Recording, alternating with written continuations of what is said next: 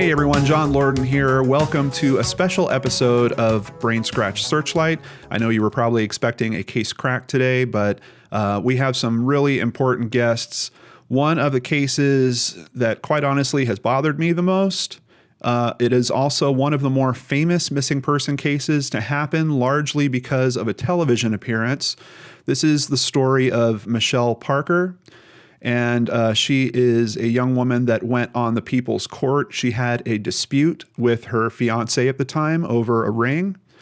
And on the day that the episode aired, she went missing. If you're not familiar with the story, I will have a link in the description box below to the former episode that I have done on this. And today we have very special guests that I want to thank right off the bat, Brad and Gail. And Brad is Michelle's father, and Gail is Michelle's stepmother. Did I get that all right? Yes, you did. Yes, yes, sir. Welcome to the show. Thank you so much for spending some time with us. It was really, I got to tell you, I wasn't sure how to respond initially. Gail reached out, and it was emotional. I could feel it. You guys are looking for help. You're looking for answers in this. It's a frustrating case because we have someone that police have considered a suspect for a long time. We have a bit of legal issues that have gone on around this case. We've really got a lot to cover in terms of talking about it. So with all that being said, let me just go up and bring my list of questions up and let's get started. The first thing I wanted to ask both of you is to just tell us a little bit about Michelle, about what she's like. Well, Brad, you're a father, so.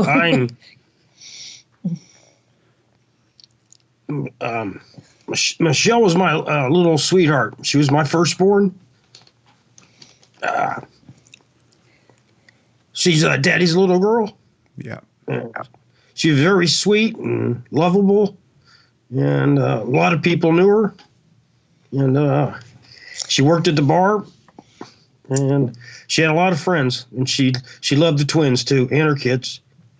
Yeah, so she had 3 children, if I recall correctly, one from a previous relationship, and then a boy and a girl that were twins that are the children of Dale Smith, the ex-fiance and primary suspect in this. Does she have any other siblings, Michelle? Well, she's got his other 3 children Brad has from his second marriage, so they're half. Okay. And then she's got also a half brother and sister from her mother. So that makes 5 siblings. Yeah. So we've got a lot of people that obviously cared about her, and all of us are wondering where she is and what has happened here. Well, when this thing first happened, then they set up a command post. There was hundreds of people because it was not just these, the family group. She had a lot of followers, friends, acquaintances, associates that all jumped in there. It was like eye-openingly amazing to see how many people came out. Yeah. And we were sure from that many we were about to find her any second. And disappointingly, we did not. Absolutely.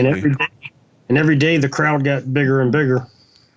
Yeah. They had to pour toilets in. And a lot of Home Depot donated water, pallets of water. It was a lot of generosity. Yes, it was a lot amazing. Of generosity. Awesomely amazing generosity. Yeah. Yeah. That is one of the things that I like best about doing this type of work. I mean, conversations like this can be really tough, and trying to soothe or comfort you guys is something that I really want to try to do. But outside of that, these dark stories always have a bit of a silver lining when you hear about the support that was rallied. You hear about people donating resources like that to these searches. It's kind of, sometimes from my perspective, I get to see the best of humanity in some of these stories. So it is really cool to hear that. We have met a lot of good people through this. It's just a sad way of doing it. And it's, every situation, whether it's an illness or, some kind of a situation like this, you do wind up being with people who are understanding of what's going on, but it's not the kind of club you want to be in. Yeah, no, I hear that very frequently from people. No one really wants to deal with this, but when you're in it, I think the rest of us that are watching are pretty amazed by some of the things we see. I mean, just the longevity of keeping up this search of working as hard as you both are. You both got the Missing Michelle shirts on right now. Like I mentioned, Gail is the one that reached out to me. There has been a pretty good amount of press that is constantly just kind of churned on this case. I saw there was news articles just as of a month or two ago still about this case that are kicking up. And it's worth noting that Michelle's mother is also working very hard in the same way, her biological mother, trying to keep exposure raised around this and make changes so that hopefully at some point all of you as grandparents can get to see these children, which is one of the aspects of this story that is especially tough. Right, exactly. How long has it been since you've seen your grandchildren? Well, before she went missing. Yep. I mean, probably a month, maybe a month before she went missing. Actually, I got to see them after he did because he was at work, and I had met up with her to see the twins and go to a movie. And in the process of doing that, I didn't know it was the last time I was going to see her or them. Oh, wow. I mean, we're talking over 6 years at this point, right? About 6.5 years or so? It's going to be 7 and 6.5. It'll be 7 in November. Yeah. Yeah. Very tough. Can you just give us a little bit about your perspective? And let me just ask first, Gail, how long have you and Brad been married? We actually got legally married in July of 2005, but we've been together since like the end of 1992. Okay, gotcha. So you were definitely a part of Michelle's life. You were a figure in her life. Absolutely. I'll be honest with you. When this first happened and some of the interviewers would call me Brad's wife, I said, please, that's not why I'm here. I'm here because Michelle. Yeah.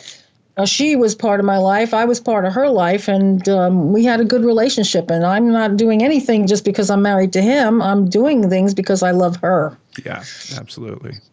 Can you give me a little bit of your insight on her relationship with Dale? How did you feel about it when it was going on? I thought they had a pretty good relationship until Michelle went missing. Then I found out that Dale was smacking her and a couple other things that he was doing to her, locking the grandson out in the rain when he was trying to get in. And Michelle hid that from me. So I didn't know. If I'd known that, things probably would have changed. And I never knew that Michelle put a restraining order on him. Well, right. She tried to. She tried, and the judge denied it. And that was in 2009, correct? That she tried to get the restraining order? Yeah, we don't have the dates, but if you've got that information, you're probably correct. Yeah, I believe that was in 2009. Well, she didn't even tell us about the People's Court, to be honest with you. Yeah. And I happened to be home and unemployed at the time, and I could have easily have turned that on and gone into shock. That's a very good point. Be responsible with your media, people.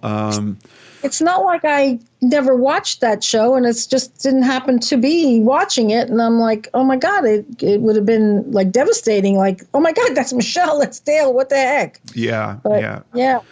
Now her biological mother, who is Yvonne Stuart, she actually made a comment that said that Michelle pretty much did that because she had this issue that was going on with Dale about the ring that she threw at him and supposedly went out the window of the hotel they were staying at during a sci-fi conference.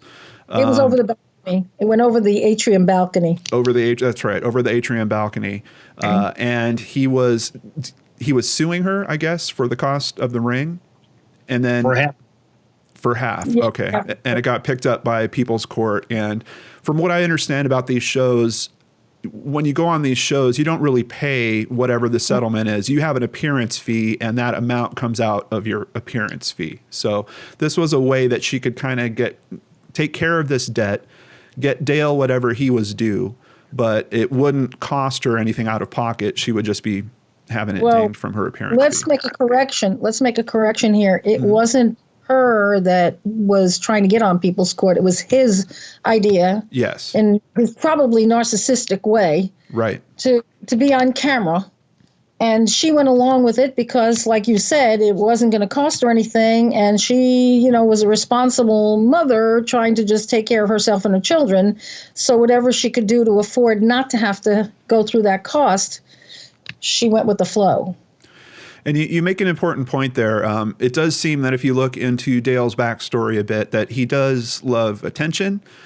This is a guy that entered a competition where he wound up being in a calendar with his shirt off.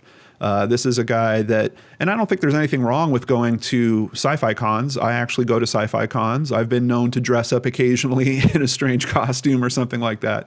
But this guy seems like he's a bit of an attention grabber. And more concerning than that is really the background of him. He's had quite a bit of a troubled past. And I just want to take a moment to hit an article at palmbeachpost.com and highlight some of the trouble that we're talking about for all the viewers out there. In the past 2 decades, he's had several run-ins with the law. Starting in 1990, Orlando police arrested him on a felony burglary charge, but it was downgraded to a misdemeanor trespass charge. 2 years later, on Memorial Day weekend, he was involved in a fight in downtown Orlando in which Brian Tileston was killed. He was a wet lifeguard. He was a lifeguard for Wet and Wild, which was in Wild. Yeah, 22 years old. And apparently there was a friend of Dale's that was only 16 years old, and he was convicted of fatally stabbing the lifeguard. But yes, let me help you with this. Yeah. Dale was a gang leader, and this was his gang. And the other gentleman you're speaking of, his first name is Philip. They beat him, and Philip stabbed him. Wow. To death. So Philip wound up in jail, and Dale really got to walk off on it. Now, when you say he's a gang leader, are we talking about? Obviously, we're talking about violence. Are we talking about drugs? Are we talking about criminal enterprise? Probably more violence, and I don't think it's maybe if drugs entered the picture, because he did have some drug intervention issues, and even in the Army, right, that got him into trouble. So we weren't part of his life back then. We don't know all the outline details, but. Okay. He was a trouble boy, and his parents have probably dealt with a lot, and his father, we believe, probably backed him up for so many years he got used to it as a pattern. Yeah, I've definitely known some families where that happens. Now, Dale himself was actually also charged in that assault for kicking Tileston's friend in the head during the fight. He was given 2 years probation. Then in 1996, he joins the Marines. Less than a year, he gets married the first time. Mm-hmm. That relationship deteriorates, and the couple divorces in January of 2000. 11 days later, he gets married the second time, at least 11 days after his divorce is final. He is court-martialed in late February 2001 on drug charges and a domestic battery charge. Do you have any more details about that, about the domestic battery in particular? I believe there was some story where his friend or something, it's been so long since I focused on that. Yeah. But it seemed like his wife needed attention, and he wanted to take his friend somewhere, and he was being a little bit mean to her. Instead of focusing on her, he was more focusing on his friend. But somehow, in the mix of it all, he got violent with her. Okay, gotcha. Yeah. On top of that, let's see. Michelle obviously had some domestic violence issues with him as well. This notes that her older son told investigators that he saw Dale attack his mother in front of all 3 of the children. Do you guys know about that occurrence? Go ahead. I believe that Austin did tell the cops that he saw Dale hit Mommy with the holding the kids too. Yeah. And then less than a month after the twins' first birthday in 2009, Michelle moved her children out of his home and back to her mother's house. Later that year, she tried to get the protection order when she claims that he broke out the passenger window in her car. And during that particular argument, he was holding their 15-month-old daughter and shouted at her, "Your day is coming." So, well, we don't know those words, but like I said, you've gotten your information on your resources, so we'll just have to go with that. Yeah, once again, this is just according to the Palm Beach Post, and I just wanted to give everyone out there a bit of insight into the background of Dale. And it's also part of what's frustrating when you look into this case. In in particular about the grandparents trying to get some form of custody of the grandchildren, because it seems like that was thrown out of court based on the assumption that his violence all happened in the past, really didn't happen around Michelle, so we can't hold him accountable for being that violent. But well, it was that he wasn't violent to the children directly.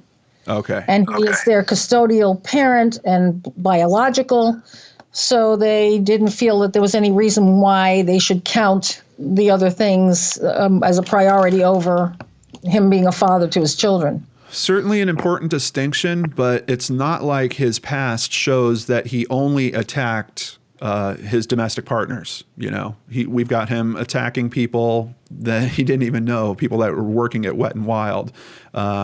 It's strange to me that they would be so limiting in their view in terms of his potential for violence. And I'm not saying that he's doing anything bad to those children. None of us know.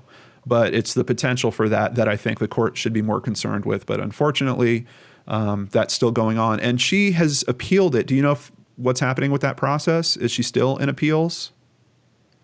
For the grandparents' rights? Yeah. She's always in appeals. She's always going to continue to try. But they're not seeing the light of day on that. Right. You know, and quite frankly, you know, the kids are going to be 10 in May, and they've already gone through at that stage like about 7 years. You know, how quickly is it going to turn into where they're going to be 18 and allowed to make their own choices before we get these grandparents' rights? And the sad part of that is they are missing the opportunity to spend with family that love them. Yeah. And it is not about bashing him. I say this over and over again, because that's the kind of thing he wants to use against the family, is that all we want to do, since we're in this situation, we're supposed to walk around smiling about him being the prime suspect that we did not name. Right. And we didn't want him to be the prime suspect. We want somebody else to be the prime suspect. And, but it is what it is. And we have to go by their reasoning. But needless to say, he thinks that we're going to go around telling the kids all kind of negative things about him. And we're not that stupid. Yeah. Because all it would do would be take away the rights. It would give him more grounds that we shouldn't. So we really want to all just enjoy their company. Not make them more miserable. Yeah, no, it makes a lot of sense. You play with children. You play with children. You don't discuss politics. Right.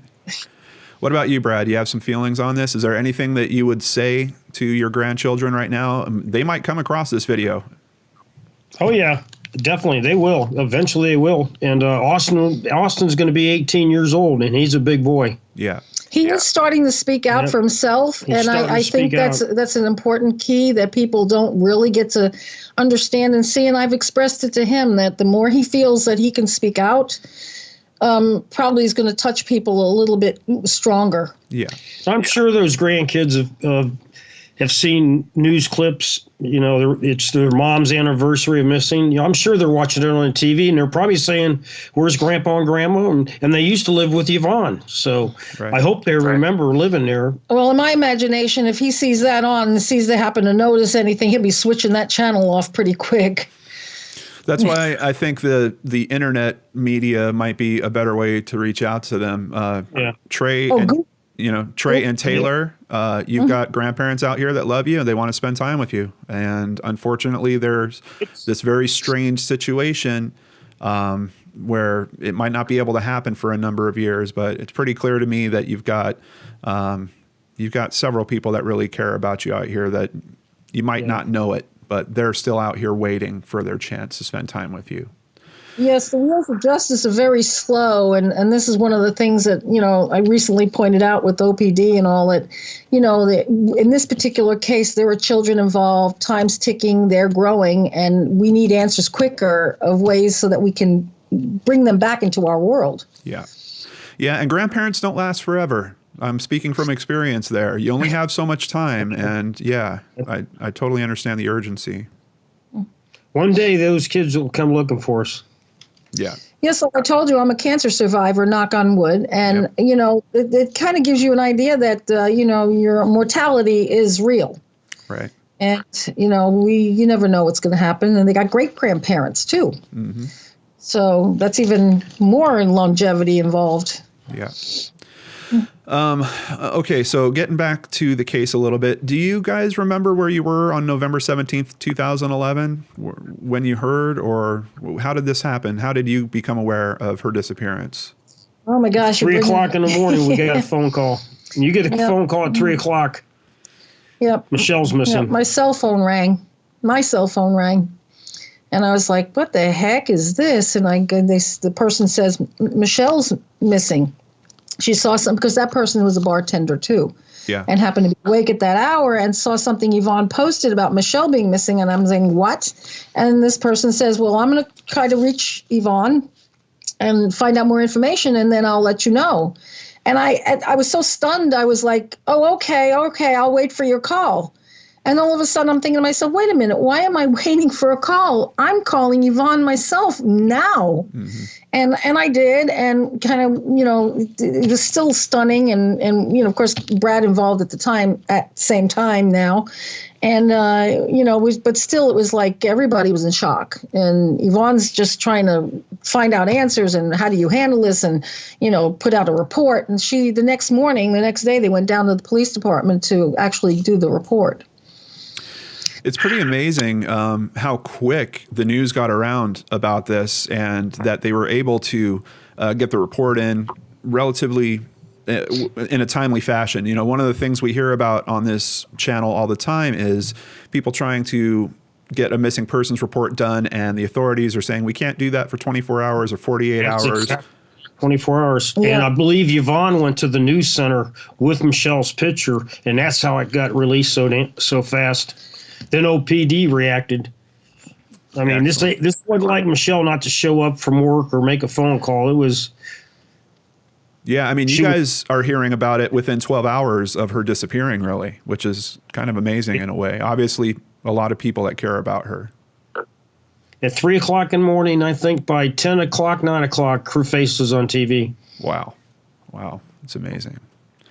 Do you know anything about Dale's whereabouts on that day? Now, I know the official story is that she was going to drop the twins off with him. And then at some point he winds up at his parents' house. Do you know any more detail outside of that? As far as I know, he did drop the twins off at his parents' house, but him and his dad went somewhere, but they're not really telling us where they went, or they were at his workplace or something like that, but they won't give us any more information. Well, if you're talking about like what his whole day was like, we understand that he didn't go to work that day and that he stayed home to watch the show and tape it. Yeah, he taped it. And that's what we heard he did. Michelle didn't even say a word the show was going to be on. She probably wanted to forget all about it. And she probably wasn't even paying attention that it was on that day, because if she really would have thought about it, it probably wasn't a good day to stop by his house and bring the twins. Right. Because it's fresh in his mind. He's watching it. And, she is like, it's another day to her. And it just obviously kind of crashed heads. Yeah, and obviously if he's the type of person that is concerned about his image and very image conscious, that episode didn't do him very well. I mean, he comes across looking pretty bad. No, and it actually didn't do her very well, and I think that's probably what kind of hit home for her in my instinct, my good motherly instinct. Yeah. I think that even though I didn't have kids of my own, I definitely have instincts. And I think that once she saw it, and once I saw People's Court, she probably, they talked about how they used to get upset with each other and have an argument and fight and then sit on the floor and cry at each other and say, I'm sorry, and then they're back together again. Right. And that soft side of him probably melted her. I know how that works, And so she went with the flow and went back with him. Well, I think this time after People's Court, when the judge is saying, so he drinks, you don't like it, and you drink with him, like she was laughing at Michelle just as well. And so Michelle probably said, you know what? She's right. I can't go on public TV like this and then actually go back with this man. Right. And he probably tried, this is again guessing, he probably tried to see if he could sway her to, spend time with him. And she probably said, oh, no, not now. No more. I'm done. Yeah. And she has another boyfriend at this point, right? Yes. Yeah. Yes. Yeah. And maybe he tried to be forceful with her, and one thing led to the next. Yeah, that's the tough thing about it. I rewatched the People's Court episode today as well, and I think a lot of us could empathize with being in a relationship like that where it's not healthy for you. That there's some negative energy that keeps coming up, and you keep kind of going back to it time and time again. And sometimes it takes some of us years to figure that out. And obviously that was the case here too. It took Michelle a number of years, and she has children with this man. So she's trying to work things out. She's trying to give it another chance. From that perspective, I don't think we can knock her too much at all. Well, no, she loved those twins. She was a great mom. Austin will tell you, one day he will speak out and maybe get a chance to tell them about their mother. I mean, they can't blame him for what's going on. I would hope that they would want to be part of his life, reach out to him, let him reach out to them, because he was 11. That's not somebody that's in control, but that is somebody that has been around with their mother long enough to be able to express the love and relationship that they had with their mother. Yeah, share some memories. And exactly. So Austin hasn't been able to see his siblings either. No. Nope. Is Austin's father still around as well? Yes, he's raising him. Okay. Man. And they're doing a fantastic job of it. I mean, Austin's doing really well. He's a really good person. And we have no negativity to say on his dad. His dad was always part of his life. Yeah. He and Michelle, worked things out. It's an amicable situation. When's the last time that you've seen Austin? Well, he's out of state, so he comes down in the summer. Okay. And, we saw him last summer. Yeah, so. And he was huge. He's getting very tall. His father's family is tall people. Yeah. Yeah. Well, I'm happy that you're able to still share time with him and in some way stay connected to Michelle through him as well. So Sergeant Jim Young from the Orlando Police Department said that they believe there are 2 people involved in Michelle's disappearance. Do you know or have any ideas why they said that, or who this second person might be? Well, what they said, it's going to probably take 2 people, someone to drive the car and drop it off, and someone to pick them up. Okay. Yeah, that makes a lot of sense. But to get rid of Michelle, and it's going to take 2 people to pull this off. Okay. And I know. I'm sorry. Go ahead, Brad. Say that again. That's my belief. Okay. There was 2 or more people. They're feeling that the closest one that would be someone he might trust to help him would be his father. Like, again, we say this based on the things that we're hearing, told, expected, whatever. It's not our accusations. Yeah, and there's things in the media that kind of allude to that, too. I mean, I bumped into information about a question when they went to his deposition. There was a particular question about a 55-gallon drum being taken to a landfill. Do you guys know where that theory is coming from or what that question was based on? No. No, it's probably maybe a common factor of what happens with people when they go missing. They put them in drums. They put cement in it. They put them in, drop them in water. There's a lot of water around here. There's gators around here.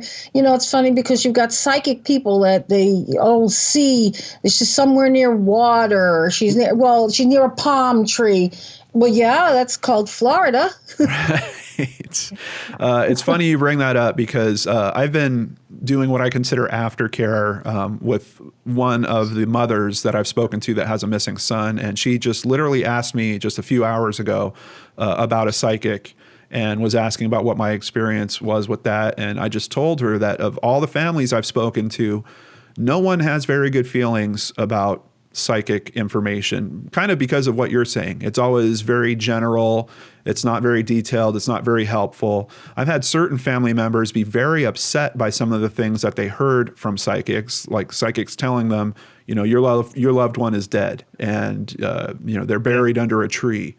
And in that case, those people were still at a state where they thought that there was a good possibility their loved one was still alive. Have you had psychics reaching out and trying to contact you with information about Michelle? Endlessly. I've had 3 or 4 out of state that don't even know me. Just like Gail said, they're in a pond or by a pond tree. Check his tackle box, and it's all types of stuff. Yeah. The thing is with that, John, it's not like you don't want to keep every possible door open. There could be somebody that really has something. You listen.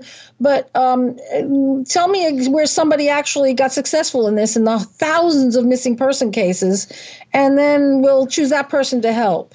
Yeah. You want to have somebody help, of course. Anything is an open door.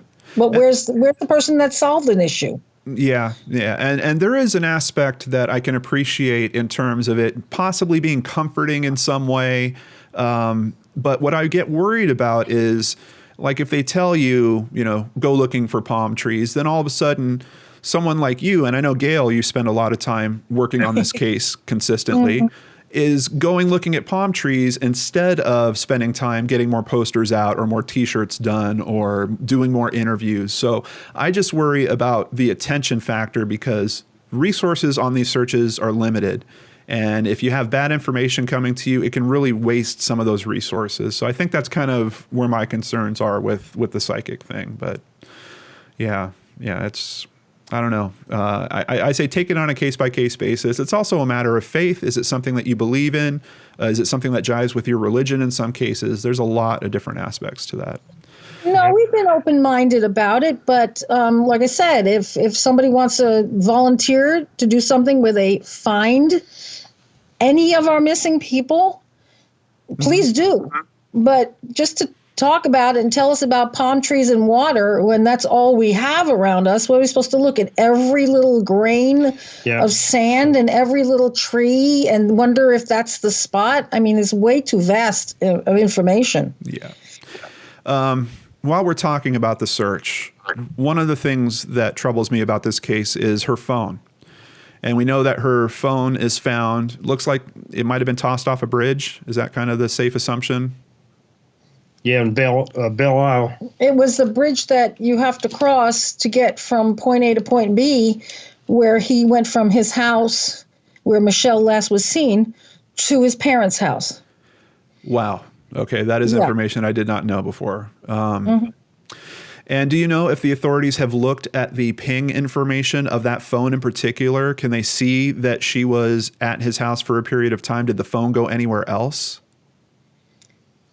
The last ping was right at Oak Ridge, right where her phone was found. Yeah, on the road before that bridge. Yeah, the road before. Okay. We did a 5 miles or like a 2 or 3 mile search. The next day we did a 5. They did the phone pinging thing, and they did the cams. The cam. They don't reveal everything along the way, right, of all the cam information that they've seen, and on the all those videos you can find on the road. Mm-hmm. But they did all that backtracking. That's why they released that one video of her Hummer, where it was going through the light. And what upset me about that is, why is it going in the direction it was going? It was, instead of going east and west, or from the east to the west, it was going from the north to the south. And it's like, that kind of rang out in some thoughts I had in my head that I didn't like thinking. Yeah. Like, where was she possibly dropped off that the vehicle would have had to gone that way? Who was she dropped off with? Was she dead, or was she delivered to somebody? You have to keep your doors open, and you're, out of the box thinking. And the vehicle was found just about a mile from that location. Is that correct? From where the footage was? Yep. From the corner that they showed the video? Yeah. I don't even think it was a mile. I think it was a matter of blocks. Blocks. I think 2 blocks. It was an apartment complex. I just want to ask, is there anyone else in consideration for this? I mean, I know she had a different boyfriend at the time. Did he give an alibi? Was he cleared? Is there anyone else in your mind that might be related here? Or if it's not? He was cleared. He was cleared. He was cleared. They did DNA testing, including him. And the police have no reason that they're figuring it has something to do with him. Okay. It was after he and others were, even they took Brad's DNA, not for accusation, but to have, matching to Michelle. Right. And they cleared him before they even named Dale as a prime suspect. Okay. So in your minds, the possibility that it's someone else is practically nothing, or very You're low. right. All fingers point to Dale. Okay. I don't think the police would put them in a position to name someone like that, make them liable to name someone like that. Yes. If they didn't feel that they were doing something that was accurate. That's a really good point. And let's throw another good point out there. Mm-hmm. If my name was Dale Smith and I had been accused of something as horrendous as that, and I have an attorney that's well known, and I've given him buku money as a retainer, and it wasn't me, I would be telling him, find out who did this so that I can clear my name for eternity, for myself, my children, for anybody that's thinking that I had something to do with it. And I don't know about you, but I don't see that happening. No. That's a really good question. Has Dale helped in any of the search efforts? No, not one bit. Not a penny of time. Even his attorney said in the near future we'll come out with a comment, and there's been no comment at all. He's like an OJ, OJ, after Nicole and all this was done, I recall him saying he was going to do what he could to find out who actually did this, and that didn't happen either. Yeah. And now he's out and about talking about himself. He should shush up. So I know that you guys pursued a wrongful death suit. Are you able to talk about that and just tell us what happened, how it played out? That was Yvonne. Oh, was it Yvonne that actually did that? Yes. Mm-hmm. Okay. Yeah, she handles, the estate information for Michelle, so they have a little bit more access to follow up on something like that. But it hasn't. They all they were trying to do with that is to get them into deposition, to get information and answers, and they've really, I believe, exhausted that availability. Okay. They did get him, to do a deposition, and his father, I believe, did his deposition, but he pled the fifth on so much that, really just makes him look more guilty, but it doesn't throw him behind bars. Yeah, and that's where we hear that there are first his attorney moves so that he can take the fifth and just avoid the whole deposition altogether. The judge says, no, you're going to have to answer every single question, but you can take the fifth per question.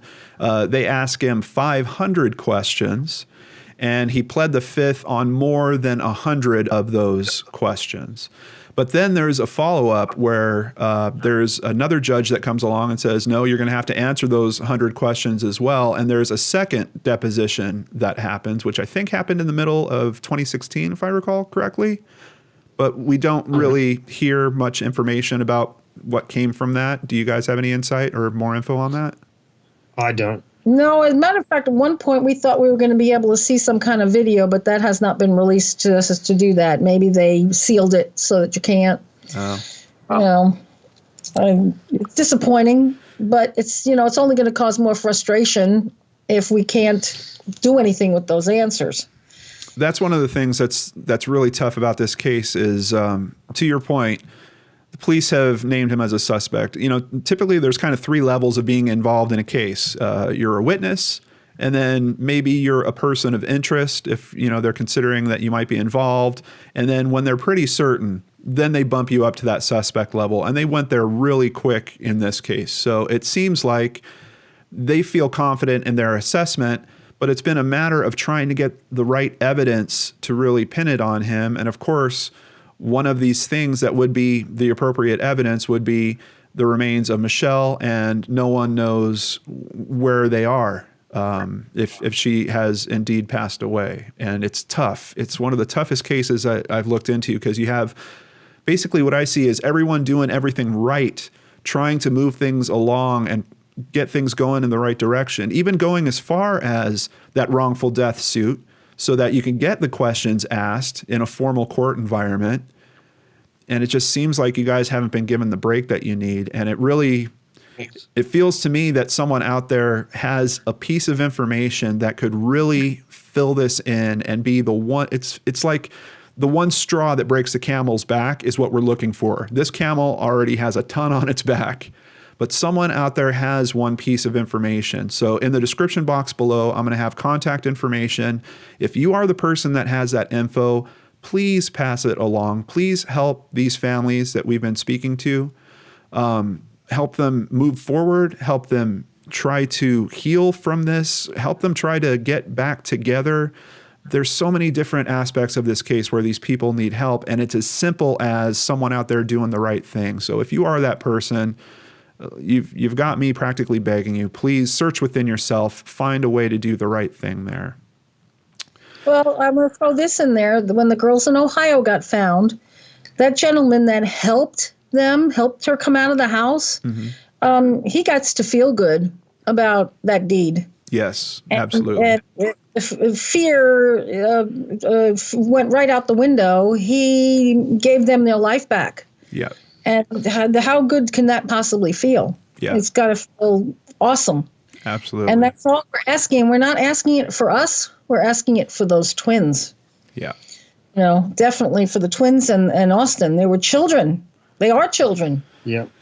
And are they, I had heard that they moved to Tennessee. Did they move back? Yes, they did. They're back. Okay. And they're in Central Florida now? Do I have that right? Right back where Michelle dropped them off. He's back where they lived. Really? Yes, Yep. really. What happened with that property? Is it owned by him, first of all? He he owned it, but when he moved to Tennessee, he rented it out. Well, I guess we rented it out. I don't know if we had that for a fact, but he might have rented it out, but it's still his. It was his. He never lost, possession of it. That is very interesting. I did not know that. How disturbing it is that they're so close and yet so far. I mean, there are people out there that see these twins on a regular basis because they go to school or they shop or whatever, and we never see them because we don't live near them, and it's be chancy to bump into them. And what happens if you do bump into them? Hi, remember me? Yeah. And then it's what do you do for 2 seconds worth of time that doesn't confuse them? Yeah. Yeah, that is heartbreaking to know that they're that close. Probably. Yeah. Either way, any which way, all of it. 35, 40 minutes we can be at his house. Wow. Brad, I don't know how you do it. I don't know how you keep calm and just, I think there's a lot of fathers out there that would do some things that would probably get them in trouble. I'm thankful that you're not getting yourself in trouble, but man, it's got to be tough. Hey, there's times where, I just grab myself together and say, I can't do this. Yeah. Well, because it doesn't do her any good. It doesn't do the twins any good. I got other grandkids to take care of. Oh my God, yeah. There's a lot of other grandkids, and we aren't around them every minute either. But when we are, it's an enjoyable thing. Yeah, yeah. Well, thank you for being a strong enough man to stop yourself from putting two wrongs into this situation. Yep. Okay, so I just wanted to ask, is there any way that anyone watching this video right now can help you guys? How can we help move things forward? Is it a matter of sharing the video and trying to get other people aware of this case, and hopefully that one person with the info does something? Is there anything else? Is there fundraisers or events?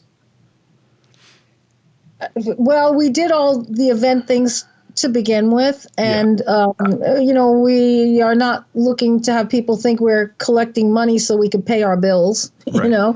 We still have a fund that's set up for Michelle, and if it doesn't go to Michelle, it goes to the twins. And Austin. If we get opportunity, is not totally designated which one gets what, but if she was to come around and we had to put it towards funeral expenses or therapy, it's for her. It's for her, yeah. It's for her, primarily for her. It's not millions of dollars, but it's something. I can say for a fact I worked darn hard for that because these events, I had to set them up. The T-shirts I got were from a company that I worked for. And, there's been a lot of exhausting effort to go into that. And whatever little amount it is, it's not going to our things. So is that a fund that we can donate to? Well, yeah, I guess you still can. I'd have to give you the information on that because the account is available. Yeah, please do. And I'll include that information in the description box below also. So is this set up through a bank account that we would send a check to? Yes. And matter of fact, what I'll do is I'll go and find my flyer on it and I'll forward you the flyer. Perfect. That was for the donation. Excellent. So I will share that with everyone out there and ask that if you are moved by this story, please consider donating to this fund. They've been very clear about where the money is going to go. It's going to help Michelle's children in one way or another, and then possibly give her an appropriate burial if that does come out to be the case. And let me just say that I'll be the first one to make a donation to that as soon as you give me the information. And thank you to my wonderful Patreon and PayPal supporters for allowing me to do things like this. I really appreciate you guys. But we are all... You're going to get me emotional now. No, we're going to definitely make a donation to you guys and help with this. And just know that there are a lot of people out there that are trying to see the end of this story in some positive way. I don't know how we get there from where we're at now, coming up on 7 years. But excuse me a second. When you're saying about like how can anybody help? For one thing, we do have the Crimeline thing, and they can call it anonymously. For the other thing is if there is anybody, we used to do this before in the beginning. They were very lucrative on it. Any kind of donated time where they do private investigation searches or something like that. It becomes too expensive to lead to nowhere. And if somebody has that availability and the time to do that and willing to do it, this is a case that needs to be solved. It was a national case. It's still a national case. It's not every day because there's no new leads. But to resolve a case like this, it gives you a lot of credibility because it's well known. No, that's a really good point. And I have had a few cases in the past where people have seen these videos and they're starting to donate time in that way as well. So hopefully if you are someone out there that has, in particular, a PI skill set and you're willing to help look into this case a bit more, how can they contact you? Is there a good way for them to contact you, Gail or Brad? Well, you have my email address and you have our phone numbers, but usually the email is the something where if you don't get to talk to them, you can revisit it. Definitely. So and by giving phone numbers on that, we can respond. Yeah. So anyone that feels like if you're in that position to help in that way, contact me and I will forward you to them. You can email me directly at John, John, at lordenarts.com, just like it's spelled on the channel down below. Anything else you guys want to say before we end here today? Thank you. Yeah, just basically, that it's very important that media and keep Michelle's face out there. It's something that doesn't end. Because, people, when the story comes out again, sometimes they say, oh, this is old news. Oh, it's old news to them. But to us, it's everyday living. Yeah, every day. And I'm just going to throw one more thing in. Yesterday, they found remains, human remains, in an area that is not too far from where Michelle went missing. Last night late, I got a text message from our detective that was a group message to myself, to Yvonne, and to Michelle's sister, Lauren, that it was not Michelle. So I immediately this morning got online and I went to the local station's Facebook pages to see if they did have a story on it. I shared the story and let people know on comments there and to share it to my own Facebook page that it is not about Michelle. Yeah. So that people who care, who show concern, about this case, feel comforted to know that it's not her. Yeah. And you'd be realized how they do want to know the update. Absolutely. And that also highlights a little bit, that's a little glimpse into the type of roller coaster that Gail and Brad have been living on for the past several years on this. Every time a body is found, it's got to be horrible to get that message. When you hear it on the radio, I went to work this morning, I heard it on the radio, and Gail called me immediately and said it wasn't Michelle. Yeah. Well, my heart goes out to both of you. Thank you so much for spending time with us here today and sharing yourselves and this story with us. We are all hoping for a miracle in this. And that's what we need, a miracle. And like I said, there's one piece of the puzzle missing. Yeah. And that's what we need to somebody has that piece to fill in, and it's, And it's Dale. You have to have a heart and a soul and a conscience to let a family, children have closure and answers and reuniting with family. Yeah. Like a lot of cases, it's just the person, and that's very important. But there's children involved here. Absolutely. And that's just more heart-wrenching to me than anything. I feel more for them than I do for any of us adults. Well, thank you both so much for your time today. Really a pleasure talking to you. Sit tight. I'm just going to record an outro, and then I'll be right back with you so we can chat for a few more minutes here. Well, everyone, that is the interview. Thank you so much once again to Brad and Gail for spending this time with us here on the channel, sharing their experiences with us. It's a terrible story. It upsets me in quite a few ways. It feels like the one that is so close to being solved, so close to making someone face justice for what they've done. But we're just this one little shred away. And once again, I just want to ask, if you're a person that has some information, you might not even think it's important. If you recognize her vehicle, think that you saw it in a particular place, if there's some piece of this puzzle that you have, please use the contact information below and send it into the authorities so they can act on it. As Gail said, there is also an anonymous tip line. I will have that in the description box below as well. So there's no risk to you outside of, once again, like Gail said, possibly feeling good about yourself for helping this family move this case forward. Take care, everyone, and I'll see you back here tomorrow on the Lord and Arts channel.